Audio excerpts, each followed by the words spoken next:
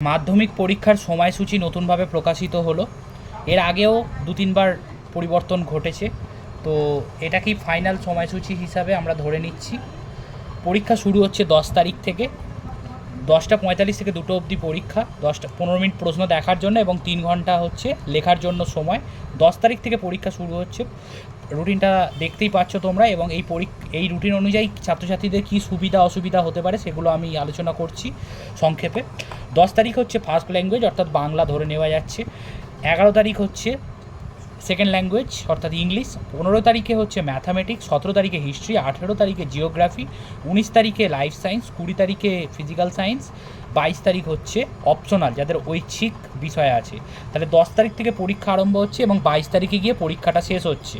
তো একটা জিনিস আমরা দেখতে পাচ্ছি, এই রুটিনটা ছাত্রছাত্রীদের কাছে কিন্তু বেশ সুবিধাজনকই হতে চলেছে। তার কারণ এই রুটিনে একটু নতুনত্ব আমরা জিনিস দেখতে পাচ্ছি যে 11 তারিখের পরে 15 তারিখেই ম্যাথামেটিক্স পরীক্ষা, অর্থাৎ ম্যাথামেটিক্স পরীক্ষার আগে 3 দিন টাইম পাওয়া যাচ্ছে।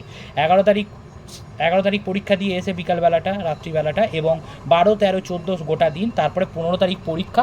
তো ছেলেমেয়েরা অঙ্কটাকে ভালোভাবেই রিভিশন দিয়ে দিতে পারবে স্টুডেন্টরা। তো তারপরে আবার 15-র পরে 17 তারিখে একদিন ছুটি হিস্ট্রিতে। নর্মালি হিস্ট্রি পরীক্ষা একদিনই ছুটি থাকে, তো বাকিগুলোতে কোনো তেমন ছুটি নেই।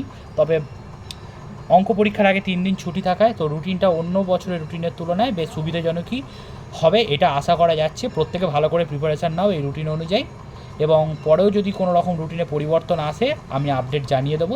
Thank you, all the best.